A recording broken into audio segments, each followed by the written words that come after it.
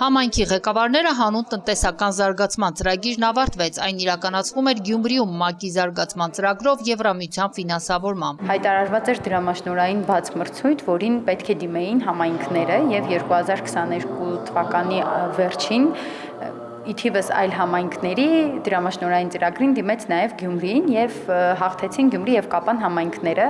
միանալով այս մեծ ցանցին, որտեղ շատ բան է արվում համայնքները ավելի ճիշտ դիրքավորելու եւ միջազգային կազմակերպությունների հետ հստակ աշխատանքային մեխանիզմներ մտածելու, նաև զարգացման տնտեսական ակտիվության ուղղությամբ Գյումրիի պարագայում թիրախավորվեց մշակութային զբոսաշրջությունը եւ սկսեցինք երկար ճանապարհ մշակելու այն ենթածրագրերը, որոնք պետք է իրականացվեին Գյումրիում։ Ենթածրագրերից մեկն ուղղված էր զբոսաշրջության ոլորտին։ Անհրաժեշտ էր տվյալներ հավաքագրել եւ հանձնել համայնքապետարանին, ներկայացնելով թե ինչի կարիք ունի Գյումրին, որպես մշակութային քաղաք դիրքավորվելու, ինչ գործողություններ պետք է իրականացնի պետությունը, համայնքը։ Ելակետային տվյալների հավաքագրման եւ մեխանիզմների ստեղծման ենթածրագիրներ, որը հետազոտական բնույթ է կրում եւ իրականացրել է Սիվիտա հետազոտական կենտրոնը,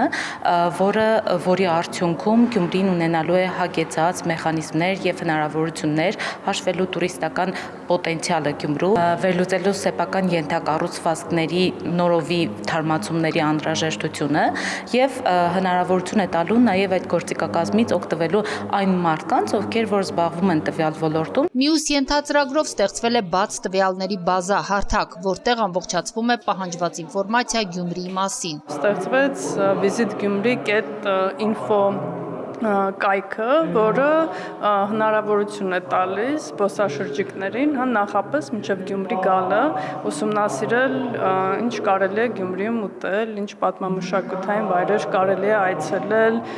թատրոնում ինչ է կատարվում, թանգարաններում ինչ է կատարվում, որտեղ կարելի է մնալ, եթե մտածում են տեղափոխվել Գյումրի, ինչ աշխատանքային հնարավորություններ կան։ Ծրագրով կարևորվել է նաև արհեստի եւ արվեստի ոլորտների հանրահռչակումը։ Ընտրել են 15-ից բարձր տարիքի պատանիների եւ երիտասարդների վերապատրաստել որպես դարբիններ։ Հաշվի առնելով մեծ միջազգային հետաքրքրությունը դարբնության նկատմամբ, հաշվի առնելով հանգամանքը, որ հին Ալեք Պոլում արհեստավորական համակարգություններից ամենամեծ դարբնագործների արհեստավորական համակարգություններ, մենք ենթածրագիր ներկայացրեցինք կարճաժամկետ դարբնության ուսուցման ծրագիր Գյումրիում, նպատակով շահագրգռել երիտասարդներին եւ տանել արհեստանոցային միջավայր, ցույց տալ ինչ է դարբնությունը, ակնկալելով, որ նրանք ճանաչելով կսիրեն այս արհեստը եւ կշարունակեն։ Ծրագրով նախատեսել էին 10 երիտասարդի, բայց ընդգրկվեց 25-ը, հաջողությամբ ավարտեց 18-ը։ Նրանց հետ աշխատել են գյումրեցի 5 տոհմիկ վարպետներ։ Վստահեցնում են կան երիտասարդներ, որոնք անպայման ընտրելու են դարբնությունը։ Դարբնի գործը